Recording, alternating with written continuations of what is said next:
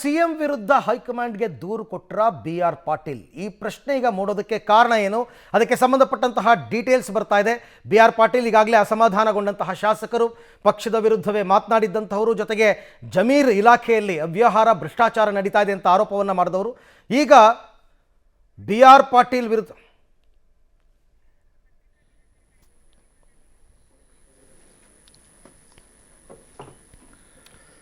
Okay. ಇನ್ನು ಪತ್ರಿಕಾ ದಿನಾಚರಣೆ ಕಾರ್ಯಕ್ರಮದಲ್ಲಿ ಮುಖ್ಯಮಂತ್ರಿಗಳು ಮಾತನಾಡ್ತಾ ಇದ್ದಾರೆ, ನೋಡೋಣ. ದಿನಾಚರಣೆ 2025 ಈ ಕಾರ್ಯಕ್ರಮದಲ್ಲಿ ಭಾಗವಹಿಸಿರ್ತಕ್ಕಂಥ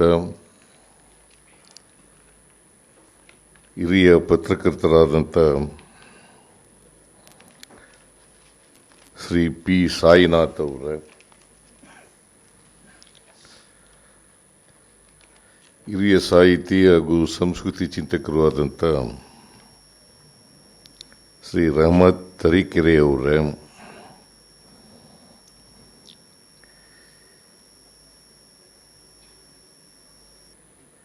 ಕರ್ನಾಟಕ ಮಾಧ್ಯಮ ಅಕಾಡೆಮಿಯ ಅಧ್ಯಕ್ಷರಾದಂಥ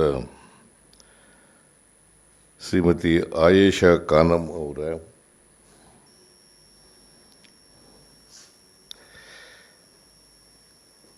ಸರ್ಕಾರದ ವಾರ್ತಾ ಇಲಾಖೆಯ ಕಾರ್ಯದರ್ಶಿಗಳಾದಂಥ ಶ್ರೀಮತಿ BB ಕಾವೇರಿಯವರ, ವಾರ್ತಾ ಇಲಾಖೆಯ ಆಯುಕ್ತರಾದಂಥ ಶ್ರೀ ಹೇಮಂತ್ M. ನಿಂಬಾಳ್ಕರ್ ಅವರ, ಮುಖ್ಯಮಂತ್ರಿಗಳ ರಾಜಕೀಯ ಕಾರ್ಯದರ್ಶಿಗಳಾದಂಥ ನಸೀರ್ ಅಹಮದ್ ಅವರ, ಶ್ರೀ ಪಾಷಾ ಅವರ, ವೇದಿಕೆ ಮೇಲಿರ್ತಕ್ಕಂಥ ಇತರ ಎಲ್ಲ ಆಹ್ವಾನಿತ ಗಣ್ಯರೇ, ಇಲ್ಲಿ ಆಗಮಿಸಿರ್ತಕ್ಕಂಥ ಎಲ್ಲ ಪತ್ರಕರ್ತ ಮಿತ್ರರೇ, ಇತರ ಎಲ್ಲ ಬಂಧು ಭಗಿನಿಯರೇ, ಮಾಧ್ಯಮದ ಸ್ನೇಹಿತರೆ, ಇವತ್ತು ಕರ್ನಾಟಕ ಮಾಧ್ಯಮ ಅಕಾಡೆಮಿ, ವಾರ್ತಾ ಮತ್ತು ಸಾರ್ವಜನಿಕ ಸಂಪರ್ಕ ಇಲಾಖೆ ಮತ್ತು ಕರ್ನಾಟಕ ಕಾರ್ಯನಿರತ ಪತ್ರಕರ್ತರ ಸಂಘ ಇವುಗಳ ಸಂಯುಕ್ತ ಆಶ್ರಯದಲ್ಲಿ ಈ ಕಾರ್ಯಕ್ರಮ ನಡೀತಾ ಇದೆ. ಜುಲೈ 1ನೇ ತಾರೀಕು ಪತ್ರಿಕಾ ದಿನವನ್ನು ರಾಜ್ಯಾದ್ಯಂತ ಆಚರಣೆ ಮಾಡ್ತಾ ಇದ್ದೀವಿ. ನಾನು ಕರ್ನಾಟಕದ ಮಾಧ್ಯಮ ಮಿತ್ರರಿಗೆ ಮತ್ತು ಇತರ ಎಲ್ಲ ಜನರಿಗೆ ಸರ್ಕಾರದ ವತಿಯಿಂದ ಪತ್ರಿಕಾ ದಿನಾಚರಣೆಯ ಶುಭಾಶಯಗಳನ್ನು ಕೋರಲಿಕ್ಕೆ ಬಯಸ್ತಾ ಇದ್ದೇನೆ.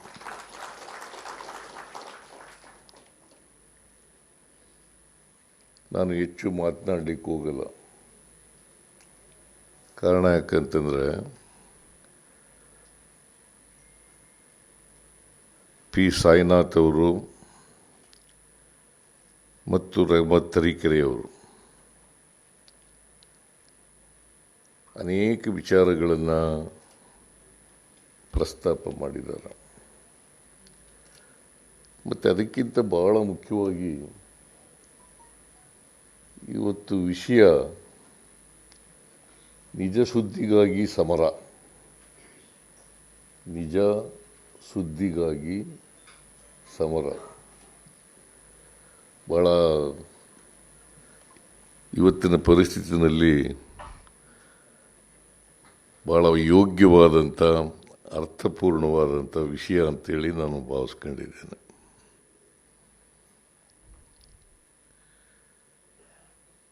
ಈಗಾಗಲೇ ಪ್ರಸ್ತಾಪ ಮಾಡದಂತೆ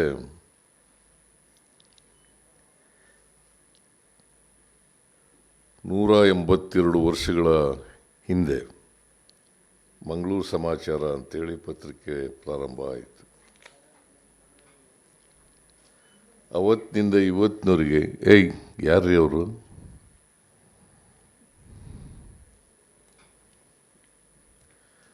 ಪತ್ರಿಕೋದ್ಯಮ ನಡ್ಕೊಂಡು ಬರ್ತಲೇ ಇದೆ. ನಾವು ಸ್ವಾತಂತ್ರ್ಯ ಪೂರ್ವದಲ್ಲಿ ಇದ್ದಂಥ ಪತ್ರಿಕೋದ್ಯಮ, ಸ್ವಾತಂತ್ರ್ಯ ಪ್ರಾಥಮಿಕ ದಿನಗಳಲ್ಲಿದ್ದಂಥ ಪತ್ರಿಕೋದ್ಯಮ, ಆಮೇಲೆ ಇವತ್ತಿನ ಪತ್ರಿಕೋದ್ಯಮ, ಈ ಮೂರು ಭಾಗಗಳಾಗಿ ನೋಡ್ತಕ್ಕಂಥದ್ದು ಭಾಳ ಒಳ್ಳೆಯದು. ಸ್ವಾತಂತ್ರ್ಯ ಪೂರ್ವದಲ್ಲಿ ಅವತ್ತು ಜನರನ್ನು ಎಚ್ಚರಗೊಳಿಸ್ತಕ್ಕಂಥ, ಸ್ವಾತಂತ್ರ್ಯಕ್ಕಾಗಿ ಪ್ರೇರಣೆಯನ್ನು ಉಂಟು ಮಾಡ್ತಕ್ಕಂಥ, ಈ ದೇಶಕ್ಕೆ ಸ್ವಾತಂತ್ರ್ಯ ಬೇಕು ಅಂತಕ್ಕಂಥ ಉದ್ದೇಶದಿಂದ ಪತ್ರಿಕೋದ್ಯಮ ನಡೀತಾ ಇತ್ತು. ಈಗ ಸ್ವಾತಂತ್ರ್ಯ ಬಂದ ಮೇಲೆ ದೇಶದ ಸಮಸ್ಯೆಗಳು, ಜನರ ಸಮಸ್ಯೆಗಳನ್ನು ಜನರ ಮುಂದೆ ಇಡ್ತಕ್ಕಂಥ ಪ್ರಯತ್ನ ಆಗ್ತದೆ. ಇದು ಸರಿಯಾದ ವಸ್ತುಸ್ಥಿತಿಯನ್ನು ಜನರ ಮುಂದೆ ಇಡ್ತಕ್ಕಂಥ ಪ್ರಯತ್ನವನ್ನು ಮಾಡಬೇಕು.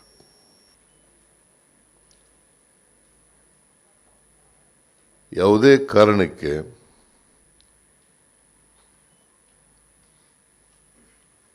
ದೇಶದಲ್ಲಿರ್ತಕ್ಕಂಥ ಸಮಸ್ಯೆಗಳು,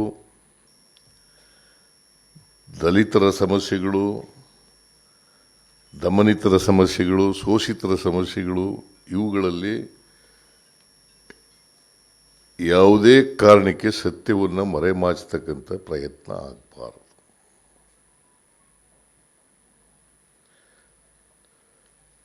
ನಮ್ಮ ಸಂವಿಧಾನ, ಬಾಬಾ ಸಾಹೇಬ್ ಅಂಬೇಡ್ಕರ್ ಅವರು ಸಂವಿಧಾನ ರಚನಾ ಸಮಿತಿಯ ಅಧ್ಯಕ್ಷರಾಗಿ ಸಂವಿಧಾನ ಕೊಟ್ಟಿದ್ದಾರೆ.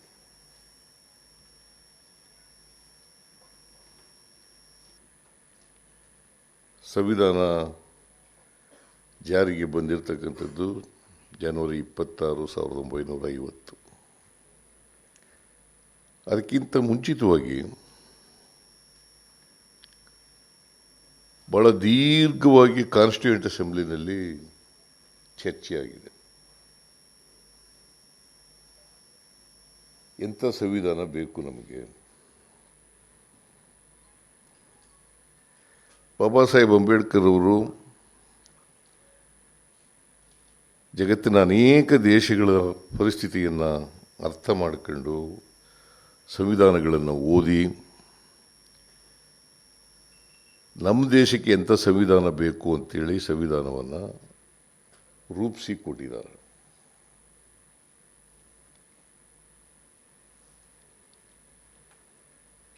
ಅದರಲ್ಲಿ ಭಾಳ ಸ್ಪಷ್ಟವಾಗಿ ಹೇಳಿದ್ದಾರೆ,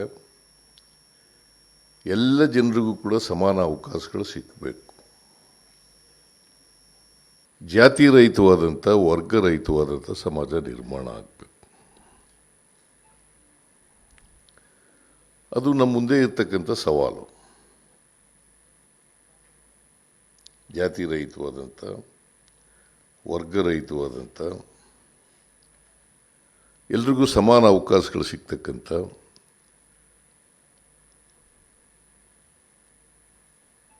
ಒಂದು ಸಮಾಜ ನಿರ್ಮಾಣ ಆಗಬೇಕು. ಈಗಾಗಲೇ ತರೀಕೆರೆಯವರು ಹೇಳಿದಂತೆ ಮಾನವೀಯ ಸಮಾಜ ನಿರ್ಮಾಣ ಆಗಬೇಕು. ಪರಸ್ಪರ ಪ್ರೀತಿಸ್ತಕ್ಕಂಥ, ಯಾವುದೇ ದ್ವೇಷ ಇಲ್ಲದೆ ಇರತಕ್ಕಂಥ ಸಮಾಜ ನಿರ್ಮಾಣ ಆಗಬೇಕು. ಇದ್ರ ಬಗ್ಗೆ ಯಾರ್ದು ತಕರಾರಿಲ್ಲ ಅಂತ ನಾನು ಅಂದ್ಕೊಂಡಿದ್ದೀನಿ. ಆದರೆ ಕೆಲವರು ದ್ವೇಷವನ್ನು ಉಂಟು ಮಾಡ್ತಕ್ಕಂಥ, ಪ್ರೀತಿ ಇಲ್ಲದೆ ಇರತಕ್ಕಂಥ ಸಮಾಜವನ್ನು ನಿರ್ಮಾಣ ಮಾಡ್ತಕ್ಕಂಥ ಪ್ರಯತ್ನವನ್ನು ಮಾಡ್ತಾ ಇದ್ದಾರೆ. ಆ ಪ್ರಯತ್ನಕ್ಕೆ ಯಾವ ಕಾರಣಕ್ಕೂ ಕೂಡ ಸಹಾಯ ಮಾಡ್ತಕ್ಕಂಥ ಪ್ರಯತ್ನವನ್ನು ಮಾಡಬಾರ್ದು. ಈಗ ನಾನು ಒಬ್ಬ ರಾಜಕಾರಣಿ, ಒಂದು ರಾಜಕೀಯ ಪಕ್ಷಕ್ಕೆ ಸೇರಿದವನು. ನಾನು ಮಾತಾಡಿದ್ರೆ ನನ್ನನ್ನು ರಾಜಕೀಯ ಪಕ್ಷದ ಚೌಕಟ್ಟಿನಲ್ಲಿ ನೋಡಕ್ಕೆ ಹೋಗಬಾರ್ದು.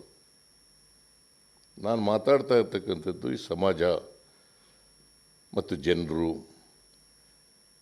ಇದಕ್ಕೆ ಸ್ಪಂದಿಸ್ತಕ್ಕಂಥ ರೀತಿಯಲ್ಲಿ ಮಾತಾಡ್ತಾ ಇದ್ದೀನಾ ಅಲ್ವಾ ಅಂತಕ್ಕಂಥದ್ದನ್ನು ನೋಡಬೇಕಾಗ್ತದೆ. ನಾನು ಒಂದು ಪಕ್ಷದ ಚೌಕಟ್ಟಿನಲ್ಲೇ ನೋಡೋಕ್ಕೆ ಹೋಗಬಾರ್ದು. ಭಾಳ ಜನ ಪತ್ರಿಕೆಯವರು, ಮಾಧ್ಯಮದವರು ಒಂದು ಸಾರಿ ಇದನ್ನು ಹೇಳ್ತೀನಿ ಅಂತ ಯಾರು ತಪ್ಪು ತಿಳ್ಕೋಬಾರ್ದು. ಒಂದೊಂದು ರಾಜಕೀಯ ಪಕ್ಷ ಬೆಂಬಲಿಸ್ತಕ್ಕಂಥ ರೀತಿಯಲ್ಲಿ ನಡೀತಾ ಇದೆ ಇವತ್ತು. ಅದಾಗಬಾರ್ದು.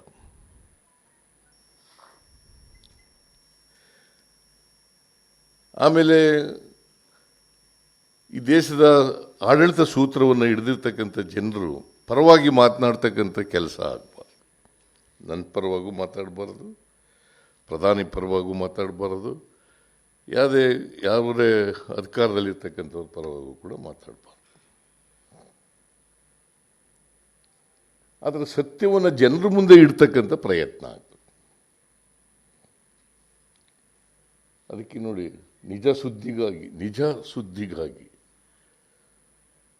ಸತ್ಯಕ್ಕಾಗಿ, ನಿಜ ಸುದ್ದಿಗಾಗಿ ಅಂದರೆ ಇನ್ನೊಂದು ಸುದ್ದಿ ಇದೆ ಅಂತ ಅರ್ಥ ಆಯ್ತಲ್ಲ.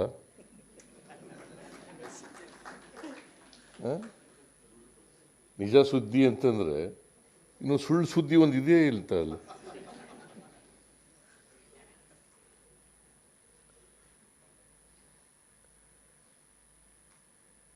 ಅಂದರೆ ಪತ್ರಿಕೋದ್ಯಮದಲ್ಲಿ ಎಲ್ಲೋ ಸುಳ್ಳು ಸೇರ್ಕೊಬಿಟ್ಟದೆ.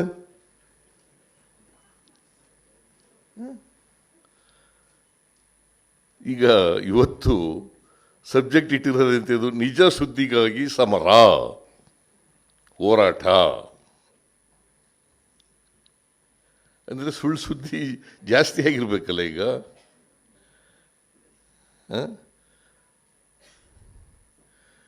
ಯಾವ ಕಾರಣಕ್ಕೂ ಕೂಡ ಮಾಧ್ಯಮದವರು, ಯಾಕಂತಂದರೆ ನೀವು ಪ್ರಜಾಪ್ರಭುತ್ವದ 4ನೇ ಅಂಗ. ಪ್ರಜಾಪ್ರಭುತ್ವ ಉಳಿಬೇಕಲ್ಲ, ಸಮಾಜ ಉಳಿಬೇಕಲ್ಲ, ಜನರು ಉಳಿಬೇಕಲ್ಲ.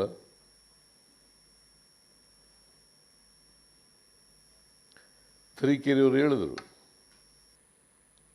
ಈಗ ನಮ್ಮ ಮುಂದಿನ ಚುನಾವಣೆಗೆ ಯೋಚನೆ ಮಾಡೋರು ರಾಜಕಾರಣಿ.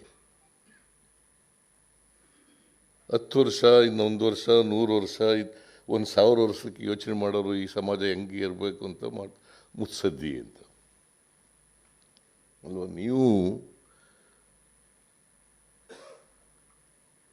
ಈ ಯಾವ ಪಕ್ಷಗಳು ಏನು ಮಾಡ್ತವೆ ಅಂತಕ್ಕಂಥದ್ದನ್ನು ಮಾಡಬಾರ್ದು. ಮತ್ತು ಇವರು ಸಾಯಿನಾಥ್ ಅವರು ಪೇಯ್ಡ್ ನ್ಯೂಸ್ ಯಾವ ಕಾರಣಕ್ಕೂ ಆಗಬಾರ್ದು ಅಲ್ವಾ.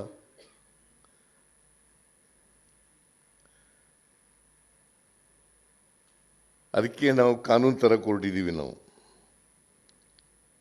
ಈಗ ಸುಳ್ಳು ಸುದ್ದಿಗಳನ್ನು ಮಾಡ್ತಕ್ಕಂಥದಕ್ಕೆ, ದ್ವೇಷದ ಭಾಷಣ ಮಾಡ್ತಕ್ಕಂಥವ್ರಿಗೆ ಒಂದು ಕಾನೂನು ತರೋಣ ಅಂತ ಹೊರಟಿದ್ದೀವಿ. ನಾನು ಮೊನ್ನೆ ಪೊಲೀಸ್ ಕಾನ್ಫರೆನ್ಸ್ನಲ್ಲಿ ಹೇಳಿದೆ, ಎಲ್ಲ ಅಧಿಕಾರಿಗಳಿಗೆ ಹೇಳಿದೆ, ದ್ವೇಷದ ಭಾಷಣ ಮಾಡೋರು, ಸುಳ್ಳು ಸುದ್ದಿ ಮಾಡ್ತಕ್ಕಂಥವ್ರು, ಆಮೇಲೆ ಎಂತಿದು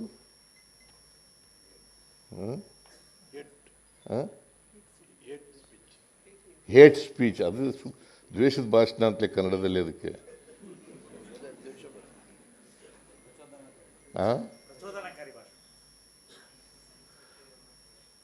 ಅದಕ್ಕೆ ಸುವೋಮೋಟೋ ಕೇಸ್ ರಿಜಿಸ್ಟರ್ ಮಾಡ್ಕೊಳ್ರಿ ಅಂತ ಹೇಳಿದೆ ಎಲ್ಲ ಪೊಲೀಸ್ನವ್ರಿಗೆ. ಕಂಪ್ಲೇಂಟ್ ಕೊಡಬೇಕಾದ ಅಗತ್ಯ ಇಲ್ಲ.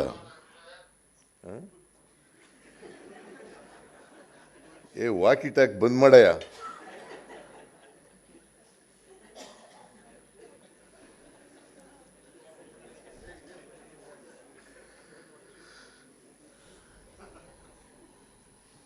ನೋಡಿ, ನಾವು ಭಾಳ ಗಂಭೀರವಾಗಿ ಚರ್ಚೆ ಮಾಡುವಾಗ ಅವನು ವಾಕಿ ಟಾಕಿ ಯಾಕೆ ಕೂತ್ಕೊಂಡ. ಅವನು ಆಚೆಗೆ ಹೋಗಿ ಮಾತಾಡಪ್ಪ, ಮಾತಾಡಬೇಡ ಅಂತಲೂ ಹೇಳೋಕ್ಕಾಗಲ್ಲ. ಹೊರಗಡೆ ಹೋಗಲಿ.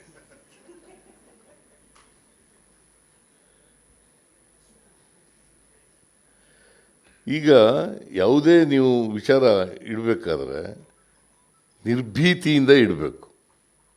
ಆಮೇಲೆ ಊಹೆಗಳ ಮೇಲೆ ಮಾತಾಡೋದು ಭಾಳ ಜಾಸ್ತಿ ಆಗ್ಬಿಡದೆ. ಊಹೆ ರಾಜಕೀಯ ಜಾಸ್ತಿ ಆಗ್ಬಿಡದೆ. ಯಾರೋ ಒಂದು ಸ್ಟೇಟ್ಮೆಂಟ್ ಕೊಟ್ಟರೆ ಅದಕ್ಕೆ ಪರ ವಿರೋಧ ಅದು ಹಿಂಗೆ ಊಹೆಗಳು ಮಾಡ್ಕೊಳ್ಳೋದು. This is very dangerous development, I tell you. Investigate ಮಾಡಿ. ಇನ್ವೆಸ್ಟಿಗೇಷನ್ನಲ್ಲಿ ಒಂದೊಂದು ಸಾರಿ ಸತ್ಯ ಗೊತ್ತಾಗದೇ ಇರ್ಬೋದು, ಮಾಡಿ. ಬಟ್ ಸೀರಿಯಸ್ ಆಗಿ ನೀವು ಅಟೆಂಪ್ಟ್ ಮಾಡಿದ್ದೀರಿ ಅಂತ ಆಗತ್ತೆ. ಅದು ಊಹೆನೂ ಸತ್ಯನೂ ಪತ್ತೆ ಚೆಕ್ ಹೋಗಲ್ಲ, ಇನ್ವೆಸ್ಟಿಗೇಷನೂ ಮಾಡೋಕ್ಕಾಗಲ್ಲ. ಆಮೇಲೆ ಸುಮ್ಮನೆ ಸುದ್ದಿಗಳನ್ನು ಬಿಟ್ಬಿಡೋದು. ಈಗ ಏನೇ ಸುಳ್ಳು ಸುದ್ದಿ ಮಾಡ್ತಾ ಇದ್ದೀನಿ ಅಂತ ಆಮೇಲೆ ಬದಲಾಯಿಸ್ಬಿಡೋದು. ಯಾವ ಥರ ಜರ್ನಲಿಸಮ್ ಇದು?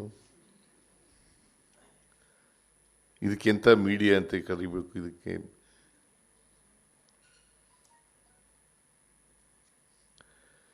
ಈ ಥರ ಆಗಬಾರ್ದು ಜರ್ನಲಿಸಮ್. ಇದರಿಂದ ಸಮಾಜದ ಬೆಳವಣಿಗೆ ಆಗಲ್ಲ.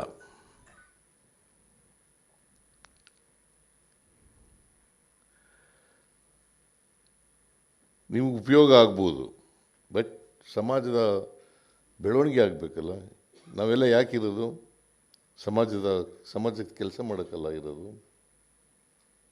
ಮಾಧ್ಯಮ ಯಾಕಿರೋದು? ಸಮಾಜದ ಕೆಲಸ ಮಾಡೋಕ್ಕಲ್ಲ ಇರೋದು.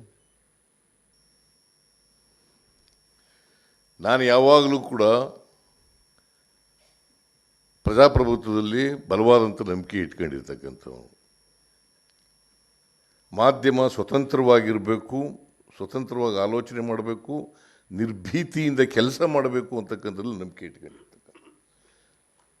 ನಾನು ಯಾರಿಗೂ ಯಾವತ್ತೂ ಯಾವ ಪತ್ರಿಕೆಯವನಿಗೂ ಯಾವ ಟಿ ವಿ ಚಾನಲ್ನವನಿಗೂ ಕೂಡ ಫೋನ್ ಮಾಡಲ್ಲ. ನನ್ನ ಮೇಲೆ ಸುಳ್ಳು ಸುದ್ದಿ ಬರೆದ್ರೂ ಕೂಡ ಮಾಡಲ್ಲ.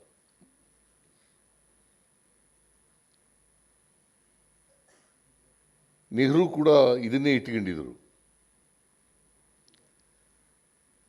ನೆಹರು ಸ್ವತಂತ್ರ ಪೂರ್ವದಲ್ಲಿ, ಸ್ವತಂತ್ರ ಬಂದ ಮೇಲೆ, ಪ್ರಧಾನಿ ಆದಮೇಲೆ ಅವರು ಕೂಡ ಇಟ್ಕೊಂಡಿದ್ರು. ಯಾಕಂತಂದರೆ ಪ್ರಜಾಪ್ರಭುತ್ವ ವ್ಯವಸ್ಥೆಯಲ್ಲಿ ಪತ್ರಿಕಾ ಮಾಧ್ಯಮದ ಸ್ವಾತಂತ್ರ್ಯ ಅತ್ಯಂತ ಅವಶ್ಯ ಅಂತಕ್ಕಂಥ ಮಾತುಗಳನ್ನು ಹೇಳ್ತಾರೆ.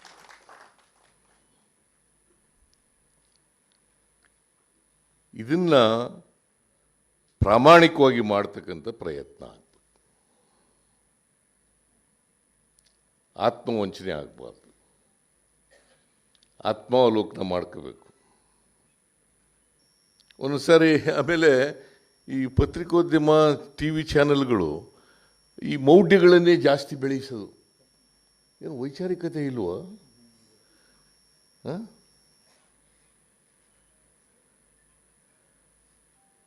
ನಾನು ಒಂದು ಸಾರಿ ಆಶ್ಚರ್ಯ ಆಗುತ್ತೆ, ನನ್ನ ಕಾರ್ ಮೇಲೆ ಕಾಗೆ ಕೂಗ್ಬಿಟ್ಟಿತ್ತು.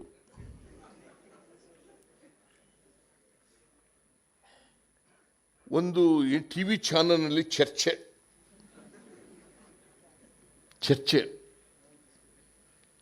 ಏನಪ್ಪ ಅದು ಚರ್ಚೆ ಅಂತಂದರೆ, ಸಿದ್ದರಾಮಯ್ಯ, ನಾನು ಬಜೆಟ್ಟು ಬಹುಶಃ ಜನವರಿ ತಿಂಗಳಿರಬೇಕು ಅನ್ನೋ ಕಾಣಿಸುತ್ತೆ, ಮಾರ್ಚ್ನಲ್ಲಿ ಬಜೆಟ್ ಮಂಡಿಸ್ತಾ ಇದ್ದೆ. ಸಿದ್ದರಾಮಯ್ಯ ಈ ಬಜೆಟ್ಟೇ ಮಂಡಿಸಲ್ಲ ಅಂತ ಒಂದು ವಾದ. ಆಮೇಲೆ ಒಂದು ವೇಳೆ ಬಜೆಟ್ ಮಂಡಿಸಿದ್ರೂ ಕೂಡ ಇನ್ನು 3 ತಿಂಗಳಲ್ಲಿ ಅವರ ಸರ್ಕಾರ ಕಳ್ಕೊಬಿಡ್ತಾರೆ ಅಂತ ಇನ್ನೊಂದು ವಾದ. ಇಬ್ಬರು ಪುರೋಹಿತರುಗಳು.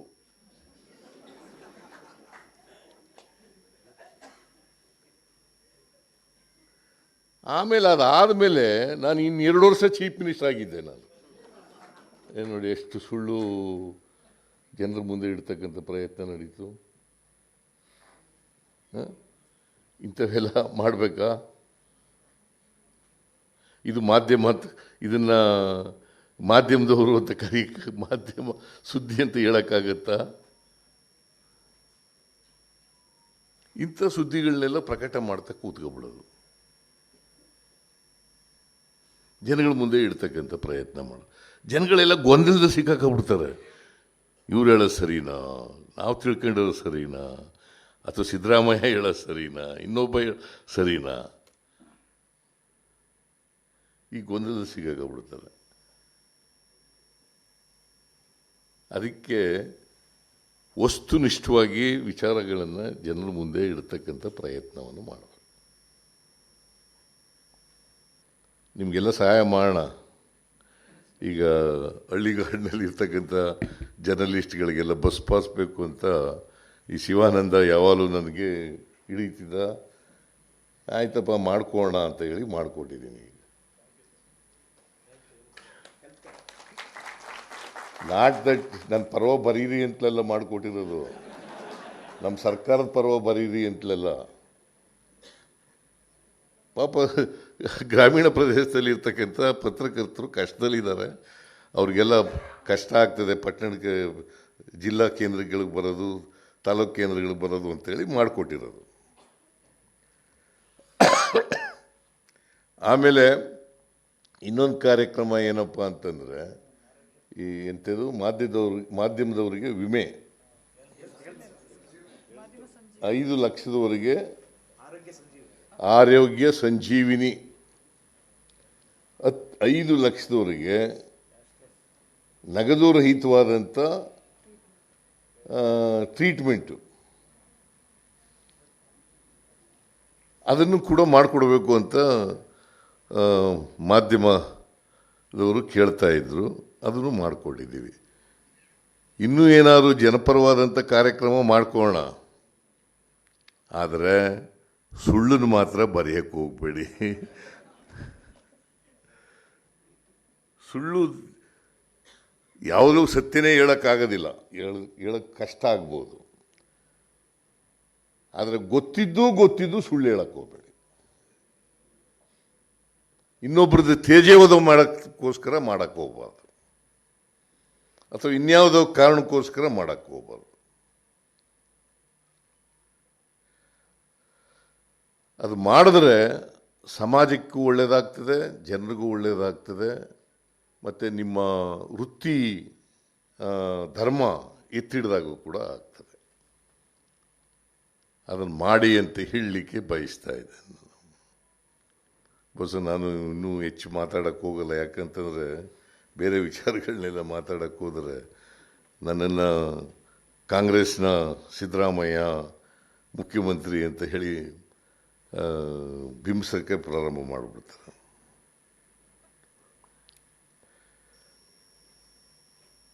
ನನಗನ್ನಿಸಿದ್ದನ್ನು ಹೇಳಿದ್ದೀನಿ.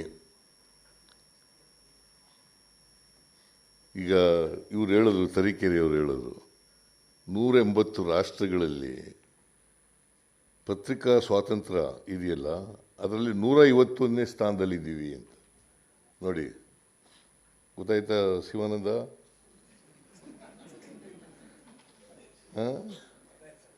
180 ರಾಷ್ಟ್ರಗಳಲ್ಲಿ 151ನೇ ಸ್ಥಾನದಲ್ಲಿದ್ದೀವಿ ನಾವು. ಅಂದಮೇಲೆ ನಿಜ ಸುದ್ದಿಗಾಗಿ ಸಮರ ಬೇಕಾಗಿತ್ತಲ್ವ? ಅಂದರೆ ಸುಳ್ಳು ಹೇಳ್ತಾ ಇದ್ದೀರಿ ಅಂತ ಆಯ್ತಲ್ಲ. ಸುಳ್ಳು ಅಂದರೆ ನೀವು ಹೇಳ್ತಾ ನೀವು ಯಾರನ್ನೂ ಹೇಳ್ತಾ ಇಲ್ಲ ನಾನು. ಅಂದರೆ ಸುಳ್ಳು ಇದೆಯಲ್ಲ, ಅದಕ್ಕೋಸ್ಕರ ನಿಜವಾದ ಸುದ್ದಿಗಾಗಿ ಸಮರ ಅಂತೇಳಿ ಚರ್ಚೆ ನಡೀತಾ ಇರೋದು. So in the interest of the society, in the interest of the people, in the interest of the democracy, ನಾವೆಲ್ಲರೂ ಕೂಡ ಸತ್ಯ ಹೇಳಲಿಕ್ಕೆ ಪ್ರಯತ್ನ ಮಾಡೋಣ, ಜನರಿಗೆ ತಿಳಿಸ್ತಕ್ಕಂಥ ಪ್ರಯತ್ನ ಮಾಡೋಣ. ನಿಮ್ಮೆಲ್ಲರಿಗೂ ಶುಭವಾಗಲಿ. ನನ್ನ ಮಾತುಗಳನ್ನು ಮುಗಿಸ್ತೇನೆ. ಜೈ ಹಿಂದ್, ಜೈ ಕರ್ನಾಟಕ. ಉತ್ತರ ಕರ್ನಾಟಕದಲ್ಲಿ ವಾರ್ತಾ ಸೌಧದಲ್ಲಿ ಪತ್ರಿಕಾ ದಿನಾಚರಣೆಯ ಅಂಗವಾಗಿ ಮಾನ್ಯ ಮುಖ್ಯಮಂತ್ರಿಗಳು ಕಾರ್ಯಕ್ರಮದಲ್ಲಿ ಮಾತನಾಡ್ತಾ ಪತ್ರಿಕಾ ದಿನಾಚರಣೆಯ ಅಂಗವಾಗಿ ಎಲ್ಲರಿಗೂ ಶುಭ ಕೋರಿದ್ದಾರೆ. ಜೊತೆಗೆ ಪತ್ರಿಕೋದ್ಯಮ ಹೇಗಿರಬೇಕು, ಯಾವ ಹಾದಿಯನ್ನು ಹಿಡಿತಾ ಇದೆ ಅನ್ನುವಂತಹ ವಿಚಾರದಲ್ಲಿ ಪ್ರಮುಖವಾಗಿ ಸುಳ್ಳು ಸುದ್ದಿಯ ವಿಷಯವಾಗಿ ಹೈಲೈಟ್ ಮಾಡಿ ಅವರು ಮಾತನಾಡಿದರು. ಸಹಜವಾಗಿ ಯಾವಾಗಲೂ ಸಿದ್ದರಾಮಯ್ಯನವರಿಗೆ ಇದೊಂದು ವಿಚಾರದಲ್ಲಿ ಅಸಮಾಧಾನ ಇದೆ. ಆದರೆ ಅವ್ರಿಗೆ ಬೇಕಾದ ಹಾಗೆ ವಿಚಾರಗಳನ್ನು ಪ್ರಸ್ತಾಪ ಮಾಡಬೇಕು ಅನ್ನೋದು ಸರಿ ಅಂತಲ್ಲ. ಆದರೆ ನಾನಿವತ್ತು ಮಾತನಾಡ್ತಾ ಇದ್ದೀನಿ ಅನ್ನೋ ಕಾರಣಕ್ಕೆ ಕಾಂಗ್ರೆಸ್ನ ಮುಖ್ಯಮಂತ್ರಿಗಳು ಮಾತಾಡ್ತಾ ಇದ್ದಾರೆ, ಇದನ್ನು ಹೇಳ್ತಾ ಇದ್ದಾರೆ ಅಂತ ಹೇಳಬೇಡ್ರಪ್ಪ ಅಂತ ಕೂಡ ಕೋರಿದರು.